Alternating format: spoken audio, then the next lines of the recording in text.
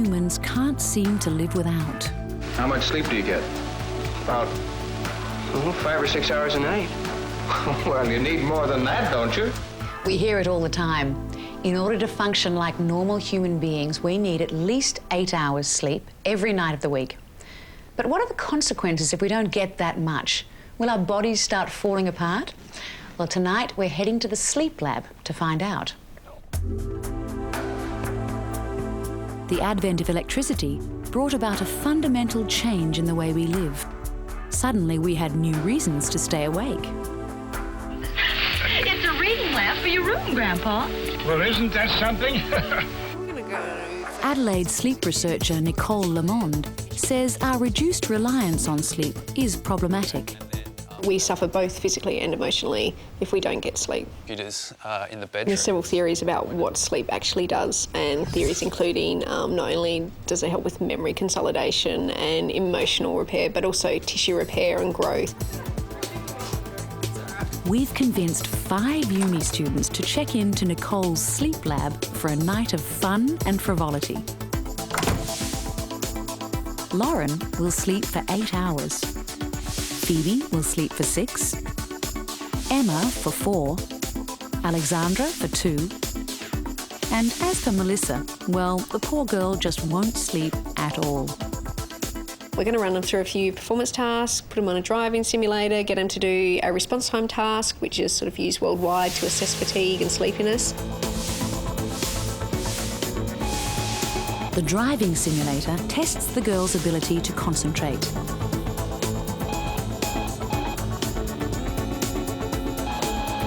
And the response time task tests their reaction times in milliseconds. Once they've had a sort of go on that, we've got some baseline measures, and then we'll test them the next morning and see how they go on those same tasks. The outcomes will help us determine how much or how little sleep we really need. I would probably be concentrating a whole lot more, and so hopefully equal it out. Compensate for it. Yeah. I'll probably come last with 8 hours. They'll all be like, oh my gosh. Trying to concentrate so hard. But sometimes if you sleep more, you almost get more tired. By about 5 a.m, I think I'm going to be starting to sort of wake up again and almost, zone in.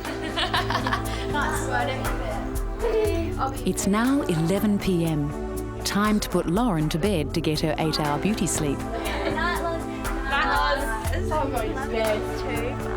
But I've done the decent thing and lined up some fun and games for the other girls. They're going clubbing. But they won't be allowed any stimulants like caffeine or alcohol. And only time will tell who's still got their wits about them, sleep or no sleep.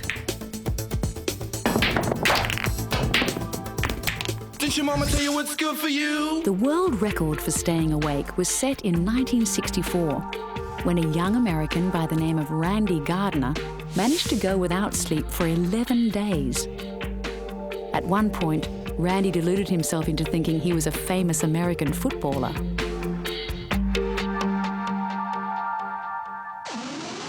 After the break, I'm off to see the expert again. The truth about chocolate and pimples. I'm nervous about this. Plus... So, Andrew, here we are. We've got the cage of mosquitoes ready to go. Dr. Rochford dares to go where few have gone before. So why would I be any different from the two of you when it comes to getting the bite? What's good for you? The Great Australian Barbecue. Sausages, onions, steak. Of course, we can't have it without the tomato sauce. But it'd be perfect if it wasn't for a few unwelcome guests. And I'm not talking about the lovely people sitting behind me. I'm talking about mosquitoes. Those blood-sucking pests that seem to show up every time we turn the gas bottle on. And there always seems to be some poor soul that shows up at the barbecue and just happens to be the mozzie magnet. I'm a mozzie magnet. There you go. I'll be sitting next to that guy.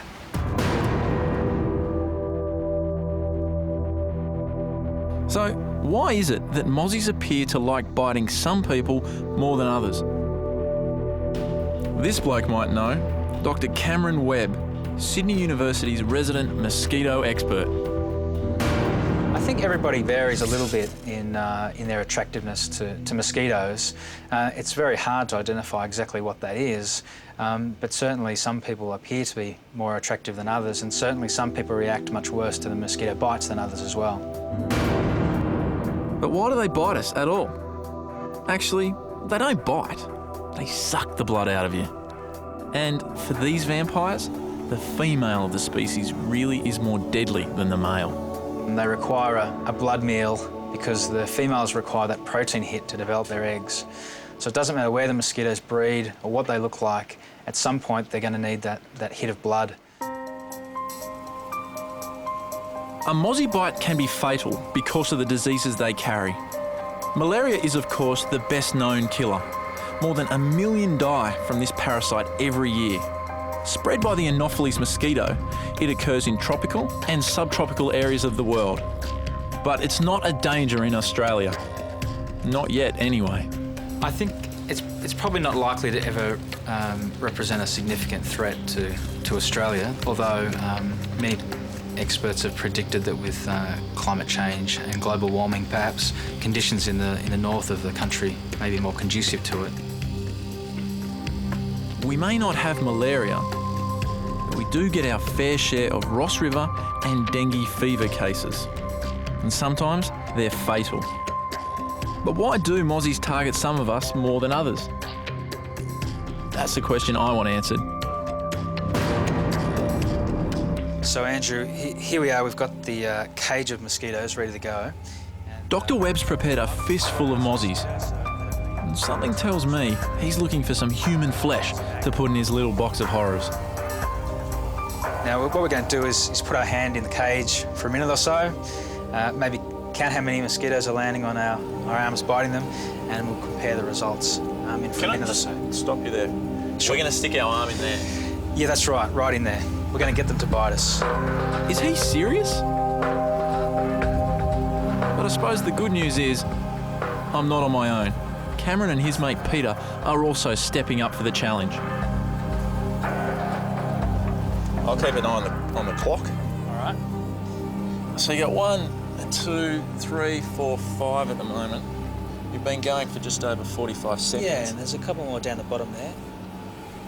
When the results are tallied, Cameron attracts 9 mozzies. Pete scores 8. And me? You just got a couple on you at the moment. I only have 2 of them queuing up for a feed.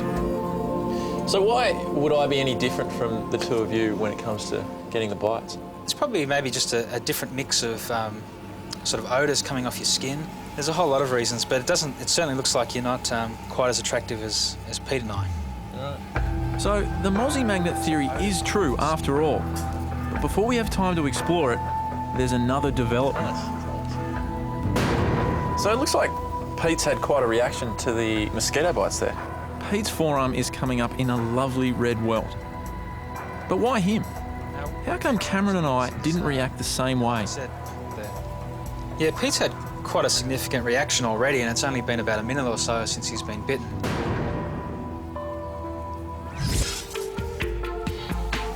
If you're a tasty bite for a mozzie, you could be in trouble.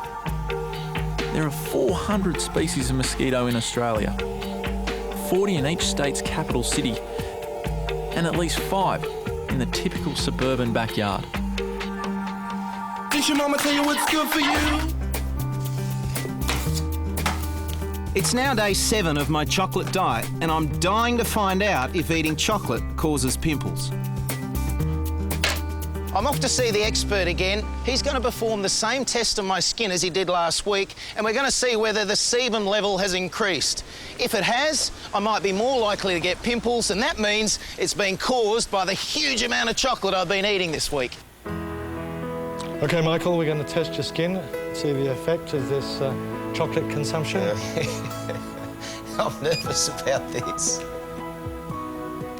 Now, if you remember, when I did this test a week ago, I scored an average sebum reading of 178 milligrams.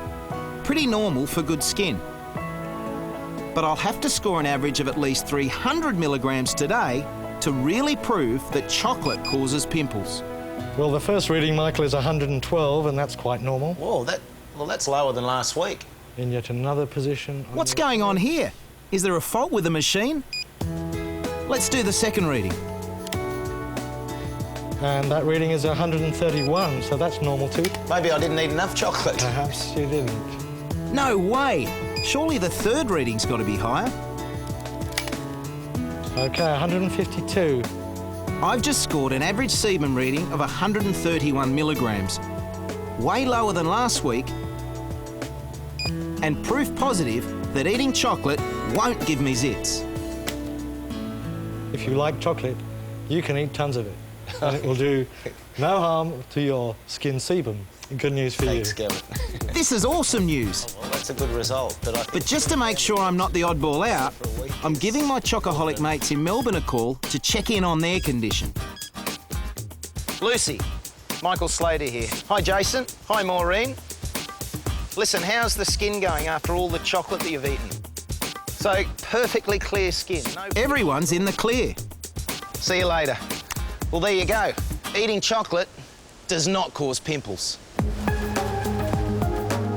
Acne is most common in teenagers and young adults. It's the skin's way of coping with surging testosterone levels in boys and estrogen in girls. You're more likely to get it as an adult if you eat certain types of foods, not including chocolate. Well, I think it's great news that we've demonstrated that chocolate doesn't give you pimples or cause acne. But that's not to say that you can get lazy about your diet and that diet can't have an effect on skin.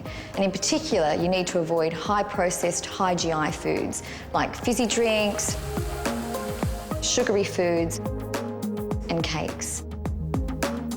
And take care of yourself in general.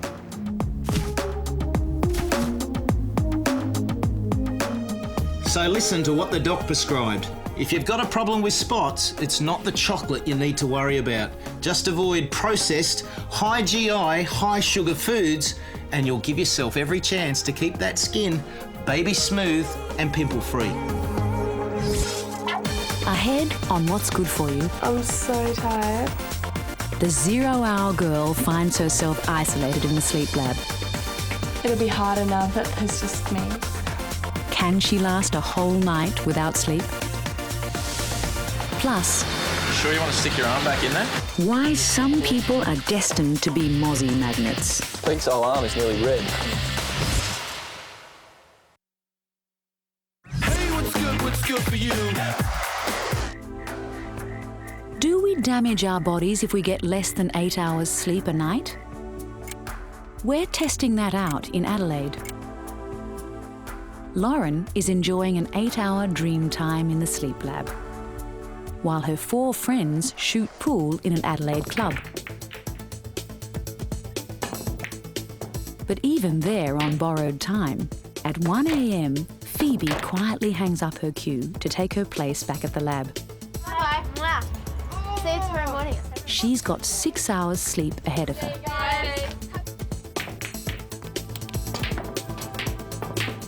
Time flies when you're having fun. But the pool hall closes at 3 a.m. So it's back to the sleep lab, where 4-hour girl Emma tucks herself into bed. I'm not ready for bed yet, but I've got to go. It's my time. It's just 2-hour girl Alexandra and 0-hour girl Melissa left in the game. Without the buzz of the pool hall, they're finding it much harder to stay awake, and they're rapidly losing their kick. I'm so tired. Just eyes are getting a bit tired, just from sitting around doing nothing really, but... Maybe it's partly psychological, because I've been up this late before. Probably wouldn't be so bad if we were up and about. 5 a.m. Alexandra heads off to get her 2-hour sleep, and she's not thinking twice about leaving her mate behind. I think I'll make it. It'll be harder now that there's just me. Melissa's doing it tough. She's the last girl standing, and right now she's probably thinking how good it would be to curl up between the sheets like the others. The way human sleep works is it's divided into 5 different stages. During stage 1, we're actually half awake and half asleep. This is known as non-REM sleep. At stage 2, where Alexandra is now, we enter true sleep, the period we spend most of our night in. By the time we roll over to stages 3 and 4, known as deep sleep, the body begins restoring itself to function normally the next day. And finally, we move into stage 5, known as rapid eye movement sleep, REM sleep. This is when the brain is at its most active and dreams occur. So basically, we cycle through these stages during the night. They're about 90 minutes to 120 minutes in length each cycle, and we have sort of 4 or 5 cycles during the night. But Melissa's not getting any sleep cycles. It's just her and the cards. And the 0-hour girl seems to be on the brink of passing out. What's good for you? I'm at Sydney University, where I've just found out that mosquitoes are more attracted to some people than others. It's gold for Australia. So, why the Action Jackson routine? Well, mosquitoes are attracted to the chemicals our body secretes. You sure you want to stick your arm back in there? Bring it on. Cameron, Peter and I are having a good old workout to see if the smell of human sweat will change our individual attractiveness to the mozzies. Let's have a look and see if it makes a difference. Now, the last time I put my arm in the box, a sum total of 2 mozzies came over for a look. Yeah, it looks that way. I can't see a single mosquito landing on you yet. History is repeating itself. In fact, the addition of sweat into the mix has made the mozzies even less interested in me. So Pete, put your arm back in there. A bit more fresh meat. But look at this. Pete's trying to shake them off straight away. No less than 8 mozzies jump on for the feast. And look at poor Pete's forearm. It's blowing up like a balloon in there. Pete's whole arm is nearly red. Yeah. Pete's suffering an allergic reaction to the mosquito saliva that's injected when mozzies are feeding. And that's a key finding. Not only is he a mozzie magnet, he's a really allergic mozzie magnet. Obviously, to look at Pete's arm, it looks like he's been bitten by a lot more mosquitoes than mine. But in actual fact, we're bitten by almost exactly the same amount of mosquitoes. So in fact, the same amount of mosquitoes could be biting 2 different people at the same barbecue, but one person might think they're being bitten more because they're reacting in a different way. Yeah, that's right. Everybody differs in the way they react to the mosquito saliva that's injected when they take a blood meal. It's all making perfect sense. I'm almost done for today, but there's just one more test I want to try out. This is for the mosquitoes. This is for science. I'm going to down a couple of beers and then dive back into the mozzie's den. Will I be more attractive to them now? Let's have a look. Well, you got one straight away.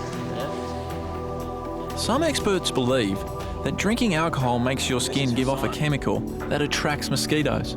There's a couple down the bottom there that are looking a bit more interesting. So Andrew, I don't know if it's the beer or you running backwards and forwards from the fridge that's made you more attractive to the mosquitoes or not, but you've got a few more feeding there now, haven't you? Oh, yes. So I wasn't casting In fact, this time I ended up with 8 mozzie bites instead of 2. It would seem that drinking alcohol has made me 4 times more attractive to these annoying bugs. But Dr. Webb is sceptical. The amount of mosquitoes that are ready to feed changes during the day, and Pete and I were sitting around here while you were drinking for a while there, and in the meantime I think the mosquitoes probably got a little hungrier. The most interesting thing that I've learned today is that a lot of people are allergic to mosquito saliva. When their skin flares up, they wrongly assume they're getting bitten more than the next guy. And here's the bad news for the people in that category.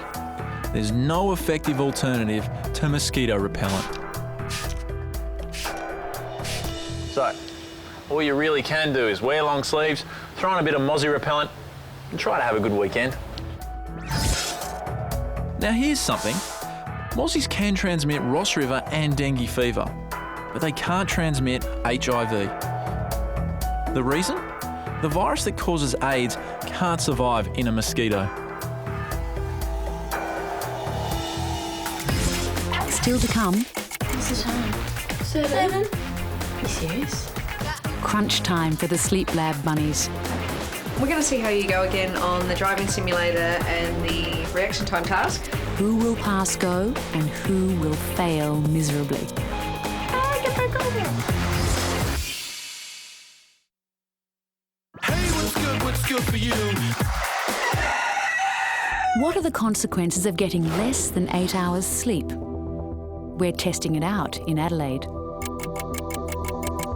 It's 7 a.m, time for 0-hour girl Melissa to wake up her friends. What's the time? 7. You serious? Breakfast, ladies? You'd better enjoy it, because Nicole, the sleep expert, is about to put you through the ringer, the after test, to find out how your sleep, or lack of it, has affected you. We're going to see how you go again on the driving simulator and the reaction time task. Melissa takes the wheel. The driving test is first, but she can barely keep her eyes on the road. Definitely a little slower. Like I feel myself drifting. Look what happens when she tries a simple overtaking maneuver on a truck. Get back over. She's clipped the back of the truck and she's crashed. It's a disaster. When you're tired, you can't control falling asleep. If you're that tired, you'll doze off. It's uncontrollable. You won't know what's happening.